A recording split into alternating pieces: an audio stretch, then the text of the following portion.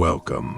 Be sure to like and subscribe for more scary stories, or I will come for you. I'd like to thank HMG101 and Doug Ohl for joining the Curator's Disciples. Your viewership is very much appreciated. If anyone would like early access to my latest stories and an ad-free listening experience, consider becoming one of the Curator's Disciples. The link is in the description below. Finally, a reminder that all of my stories are available on my podcast. The Curator, Dark Web Horror Anthology is now live on Spotify and Apple Podcast. Without further ado, today's story, The Abyss Gazes Back, by The Curator. I've never told anyone the full story before.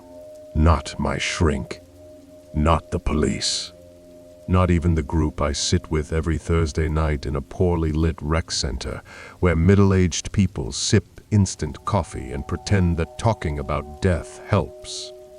No one wants to hear about the ocean. Not like this. Not about what really waits down there. What it takes. What it leaves behind. They all think I'm doing better. They see the clean-shaven face, the iron shirt, the polite nods I give when someone tells me she's in a better place, or you have to let go. But I haven't let go. I'm not even close. I've been holding my breath, and it's time to exhale. My name is Aiden Rowe. I'm 27 years old. Before all this, I worked deep commercial salvage out of Fremantle, Western Australia. I specialized in high-pressure submersions, hull repairs, sunken cargo retrieval, and occasionally body recoveries. The kind of stuff most divers refuse to go near because it requires a relationship with pressure that borders on suicidal. I loved it. The deeper I went, the quieter the world became. Down there, at 250, sometimes 300 meters, the ocean doesn't just surround you, it presses into you. Like it's testing your structure, asking if you're meant to exist where you are. And for a long time, I thought I was. Kate felt the same way. She wasn't just my girlfriend. She was my twin flame in neoprene. The only person I've ever known who chased the deep, not for fame or footage or thrills, but for truth. There was something almost sacred about how she dived. She'd say things like, "We weren't built for the surface." Not really, and I believed her. She had this reckless, radiant confidence that made every descent feel like a promise instead of a risk. We met during a saturation dive at the Raleigh Shoals. She was running comms for the team while doing her own experiments with sonar mapping. The first thing I noticed was the shark tooth necklace around her neck, real tiger shark. She noticed I was the only diver still breathing on my mix, while everyone else had surfaced 30 minutes ago. We ended up spending the night talking about trench ecosystems, pressure thresholds, and what it would feel like to implode. That's not even an exaggeration. I still remember her saying, "We're all just balloons pretending we're submarines." I should have known then. She wasn't long for the surface.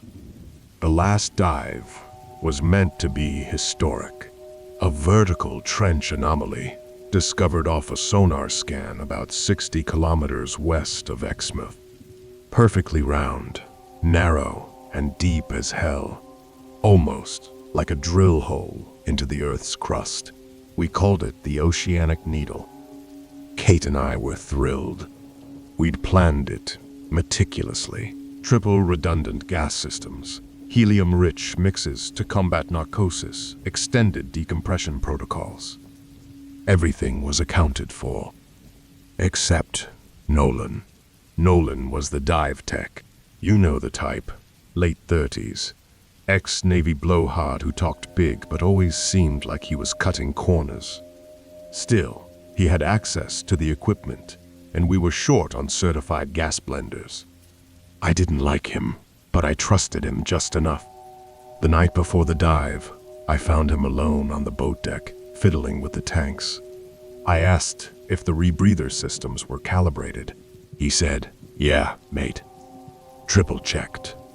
You lot are good to go." I should have gone over it myself. I should have checked Kate's mix. The descent that morning felt different. At 100 meters, the light was gone. At 200, the trench came into view on our sonar feeds. A straight, gaping void, like God had cored a bullet hole through the seabed. Water pressure was rising. Every limb felt compressed. Every breath was a calculation. Kate tapped her console and showed me her PO2 readings. Her mix was reading a little hot, too much oxygen under pressure. She tapped the gauge again, then mine, trying to make sense of it. She looked calm at first, but I could see something behind her eyes, something tightening. I gave the hand signal to abort. She hesitated, gave me a thumbs up. She always hated turning back. We were at 285 meters when her body locked up. 1 second, she was swimming beside me. The next, her back arched violently, and she started convulsing. I watched in absolute horror as her limbs spasmed, and she began clawing at her own regulator. Her mask filled with foam. Bubbles surged from her nose. Her body twitched and jerked like she was being electrocuted. She let out a low, muffled scream that I'll never forget, a sound no one is meant to make underwater. Then she froze. Her arms floated out wide. Her legs drifted, and she began to sink. No struggle, no life, just her silhouette descending into the black. I tried to reach her. I nearly burst my lungs doing it. My heart rate hit the red. My own mix started giving me warnings, and I knew if I didn't surface, I'd join her. But I swear on my soul, I stayed until she was out of sight. I don't remember surfacing. I barely remember vomiting seawater and screaming until my throat bled. I remember Nolan trying to touch my shoulder, and I nearly shoved him overboard. He looked confused, then defensive. Said she'd overbreathed or maybe panicked. I wanted to rip his fucking lungs out. Later, I ran a full diagnostic on her gear logs. Something was wrong with the oxygen saturation. The system had spiked way beyond safe limits for her depth. That only happens when the blend is off. That only happens when someone fucks up. I told the authorities, filed a report, asked for a full toxicology analysis. But her body was gone. The pressure claimed her. We never recovered anything. Not her gear, not her camera, not even the tank. Just silence. Her official cause of death, acute CNS oxygen toxicity. Translation: she suffocated and seized because her body couldn't handle the oxygen Nolan gave her. And he walked away. I stopped diving. I quit my job. Stopped talking to friends. Stopped existing. At night, I'd hear the hiss of her regulator. I'd feel phantom pressure in my chest, like I was back down there, 300 meters below, watching her sink. I started dreaming of her face, bloated, skin sloughing off, her eyes bulging from pressure. Sometimes she floated outside my window. Sometimes she smiled. I started going online. At first, it was just diving forums, then fringe threads about underwater anomalies, then forums about death, morbid curiosity, I told myself. But I couldn't stop. That's when I found the dark web. A board called Pressure Points, hidden on an old .onion link called ExoHumanNet. It wasn't just recreational divers or weirdos. It was people like me, people obsessed, with what the ocean does to the human body, how it crushes, how it distorts, how pressure reveals the truth of flesh. One thread hit me like a thunderbolt. Thread 27, do-it-yourself, hyperbaric simulation for deep-sea torture, V1.2. At first, I thought it was a joke. It was too detailed. The steel structure, the valves, the calculations of PSI per minute, the thresholds of organ rupture and skeletal collapse. But the deeper I read, the more it started to feel possible. I downloaded the PDF, just to look. Then I printed it. Then I highlighted it. And by the end of the week, I was scouring scrapyards for steel cylinders. If you've never built a hyperbaric chamber from scratch, I envy you. I envy the fact that you've never once had to measure the tensile yield strength of steel under prolonged atmospheric compression while wondering how quickly human bone will collapse under 1500 psi. Because once you go down that road, you can't come back. I started with the basics, a 400-liter industrial air compressor tank, rusted but thick-walled and intact. I picked it up from a salvage yard out in Midland, told the guy I was building a DIY submarine prop for a short film. He laughed, asked if I was gonna put a man inside. I didn't laugh back. Next came the valves, pressure gauges, and hydraulic lines. I scavenged some from old welding gear, ordered others through second-hand industrial supply forums, all under fake names. No one asks questions if you say you're restoring vintage scuba gear. You'd be shocked at what eBay will let you buy if you claim it's for educational use. The blueprints I downloaded from pressure points weren't exactly plug and play, but they were possible. The original design came from a user named TMA738, supposedly a disgraced Navy engineer who claimed to have worked on human tolerance testing for sub-depth rescue missions. His forum posts read like obsession mixed with regret. Technical notes about lung collapse thresholds. Anecdotes about test pigs exploding in containment tubes. Vague warnings like, the real pressure is in your mind. Don't forget why you're building it. I didn't forget.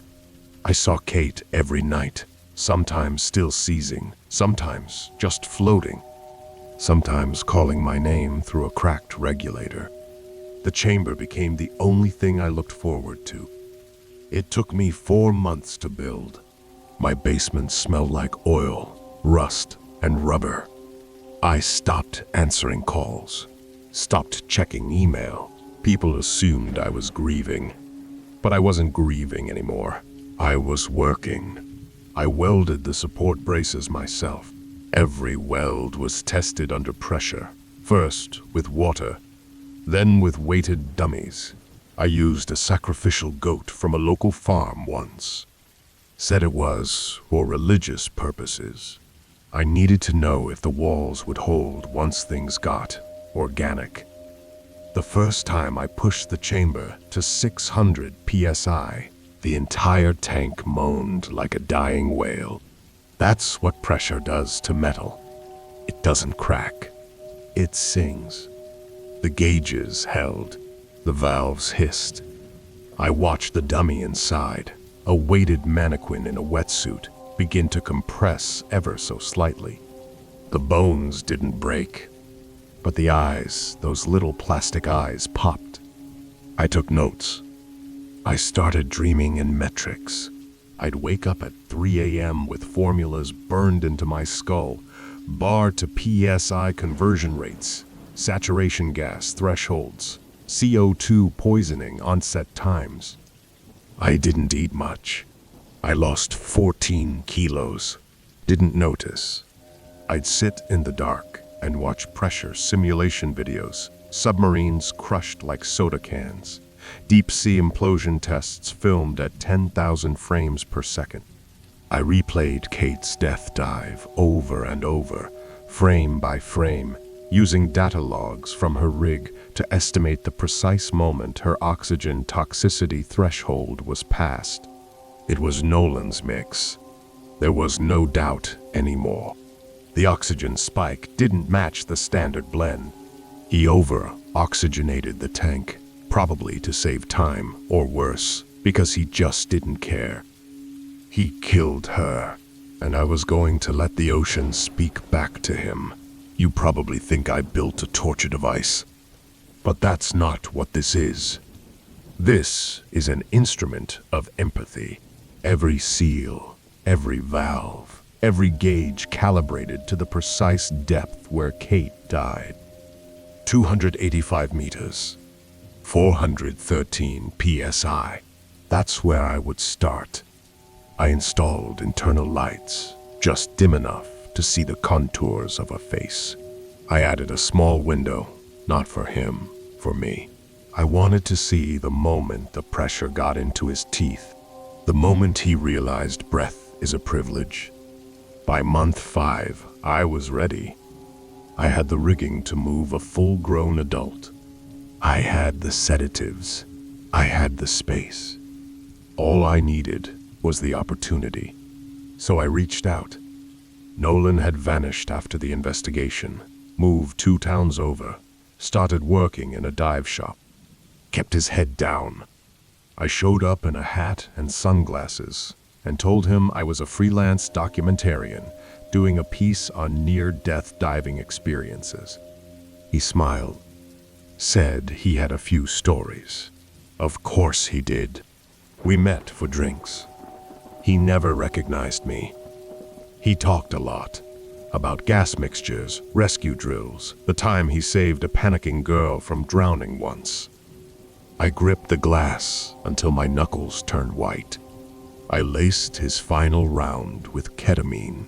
He didn't even finish the pint. Getting him into the chamber was difficult. Dead weight moves like jelly. No muscle tension. No help. Just mass and meat. I rolled him in using a custom sled I'd built with a boat winch and nylon straps. It took hours. My arms trembled. My shirt was soaked. But when I sealed the chamber door and heard the click of the lock, I felt something I hadn't felt in almost a year. Peace. He woke up inside an hour later, panicked, disoriented. He screamed at first, standard stuff. Yelled about lawyers, called me a lunatic. I didn't respond. I just sat there, watching from the other side of the window. I wanted him to feel alone. Then I turned on the intercom, and I told him the truth. Told him who I was. Told him what he did. Told him Kate's name, slowly, deliberately, like a prayer. Then I turned the pressure valve just a little, from 1 atmosphere to 1.5. No pain. Not yet. Just a feeling. A discomfort, like diving with a blocked sinus. His ears popped, his face twisted. He tried to plug his nose and blow, the Valsalva maneuver. It didn't work. It won't work anymore. I leaned into the mic and said, "We're going to take this nice and slow." Pain, when it's slow, doesn't scream. It hisses. It creeps. In the same way the deep does, inch by inch. First, your joints ache. Then your head. Then your bones whisper things to your nerves they were never meant to say. Nolan lasted longer than I expected. I kept the pressure just below panic threshold for the first 2 hours. 1.7 atmospheres. Just enough to give him a migraine. Enough to make breathing feel like drinking glue. He paced inside the chamber, pounding the walls, clawing at the seams. At one point, he tried to wedge his fingers into the viewport. I watched his nails bend back. "Let me out." He screamed, his voice muffled by steel and compression. I tapped the intercom. This is 60 meters down, Nolan. You're doing great. He stopped yelling, just stared at me, face slick with sweat. I could see the whites of his eyes, bloodshot and twitching. 3 hours in, I brought it to 2.5 atmospheres, about 120 psi. That's when the cartilage started to feel it. He fell to the floor, cradling his knees, grinding his teeth so hard I thought I'd hear one snap. The tiny gas bubbles inside his joints, nitrogen mostly, began compressing against nerves. Standard decompression sickness in reverse. He vomited twice, pissed himself once.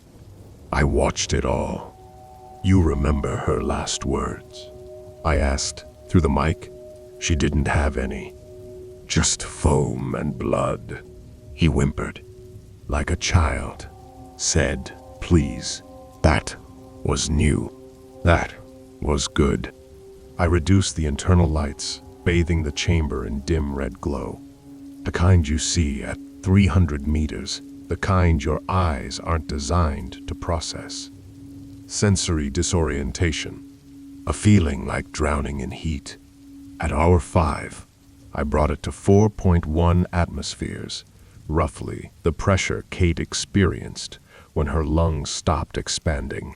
This is the threshold, the sacred number. He began to scream again, only now his voice cracked. His eardrums ruptured around 3.9. Blood leaked down his neck. His balance was gone. He stumbled, fell, got back up, collapsed again. He started speaking nonsense. Something about not my fault wasn't my blend. She rushed the check. I sat forward and gripped the mic. You sabotaged her tank. Whether you meant to or not, it was you. He shook his head violently. I raised it to 4.3. At that moment, he bit his own tongue. Not out of courage, just desperation. He thought pressure would leave him alone if he showed he was hurting. It didn't. Pressure doesn't negotiate. It compresses, silently, relentlessly. By hour 7, he was mostly crawling, one eye swollen shut. Skin a sickly gray. His left wrist had swollen grotesquely, capillaries bursting like tiny fireworks under the skin. Each breath sounded wetter than the last. I played the dive audio, Kate's final transmission. Just clicks, regulator hiss, and static, and silence. He looked up at the speaker and started sobbing. No words, just broken sounds. I think he remembered. Maybe not the moment, but the feeling. That slow, creeping death. That helpless drift downward. Then something changed. Just after hour 8, as I lowered the chamber's internal temperature to simulate abyssal cold, he crawled to the mic and muttered something. I turned up the gain. She deserved it, he slurred. I froze. He looked directly into the viewport, one bloodied eye locked on mine. Stupid bitch, should have stayed on the boat. Always rushing, always showing off. I told her the mix was hot. She didn't listen. She thought she was smarter. I didn't say anything. He smiled, a broken, bleeding smile. Maybe I gave her the wrong tank on purpose. Maybe I wanted to watch you break. He started laughing. That's when I stood up. I approached the valve. No more slow increments. No more teasing. I cranked it from 4.3 to 6.9 atmospheres. About 101 psi to 147. Enough to crush an unprotected lung. Enough to rupture the blood-brain barrier. His body seized like a spider in a flame. Veins bulged, teeth shattered. His left eye exploded in a spray of red and vitreous jelly, coating the inside of the viewport. I could hear the bones now, not cracking, but yielding like drywall under a sledge. He curled up, then twisted, then tried to stand. That was when the femur snapped. Clean break. Audible even through steel. His scream didn't last long. I watched as his chest caved inward, sternum bending, then cracking, then collapsing. Ribs turned inward like blades. Blood gushed from his ears, nose, mouth. His stomach distended, then imploded. A web of crimson mist spread across the interior glass. His last movement was twitching fingers, not like he was reaching for help, more like he was sinking, just like she did. I shut off the lights, turned off the intercom, and sat there, watching his ruined body press into the base of the chamber like meat in a pressure cooker. I didn't feel better. That's what people always say about revenge, that it doesn't fix anything. And they're right. But they don't talk about the process. They don't talk about what it feels like to take control of nature's cruelty, to reverse engineer a god and wield it with your hands, to watch pressure make confessions out of flesh. I didn't feel better, but I felt something. Something I hadn't felt since Kate died. Purpose. When I finally stood up and looked in the mirror, I saw a man I no longer recognized, but a man who knew who he was. I logged into pressure points. I posted photos, designed schematics. Results. The post title was simple. Proof of concept. Human threshold testing, 413 PSI. It got 49 upvotes in the first hour. And a DM from someone asking, "Can you build one for me? I've got someone who deserves the deep." You'd be amazed how many people are looking for someone like me. The first client messaged me less than 12 hours after I posted Nolan's chamber specs. No pleasantries. Just a sentence. He killed my sister. How much to make him drown on dry land? I didn't answer right away. I didn't even know if I would. I thought what I did to Nolan was a singular act, a one-time purge. I thought it was a reckoning for my pain. But I was wrong. People don't just want justice. They want it delivered by something terrifying. They want ritual. And that's what I had built. I started small, quiet, reinforced the chamber, upgraded the hydraulic pistons, improved the pressure seals with new industrial flanges, installed biometric deadlocks so only I could activate the system. I moved Nolan's remains into sealed biohazard drums and buried them under the concrete slab beneath my laundry sink. No one came looking. The second chamber was more refined, sleeker, cold-forged stainless steel, rounded edges, double viewport, internal camera, the kind of thing you'd expect to see in a medical lab or the belly of a nuclear sub. I gave it a name this time, Bathy's Module 2. I didn't think of it as a torture device anymore. It was a confessional booth, a one-way descent into repentance. The second client was a woman from Estonia. I never learned her name. She sent Bitcoin, a dossier, and a photo of a man who looked like he'd never known a consequence in his life. An ex-priest turned abuser. The kind of person who slipped through cracks. No charges, no paper trail, just whispers and broken lives. She wrote, "He hurt 19 children. One of them was my brother. I want him to feel what they felt. Powerless, cold, alone. Make the pressure a prayer." That line stuck with me. I found the man in Munich, traveled under the name Dale Carpenter. The abduction was surgical, I had learned from Nolan.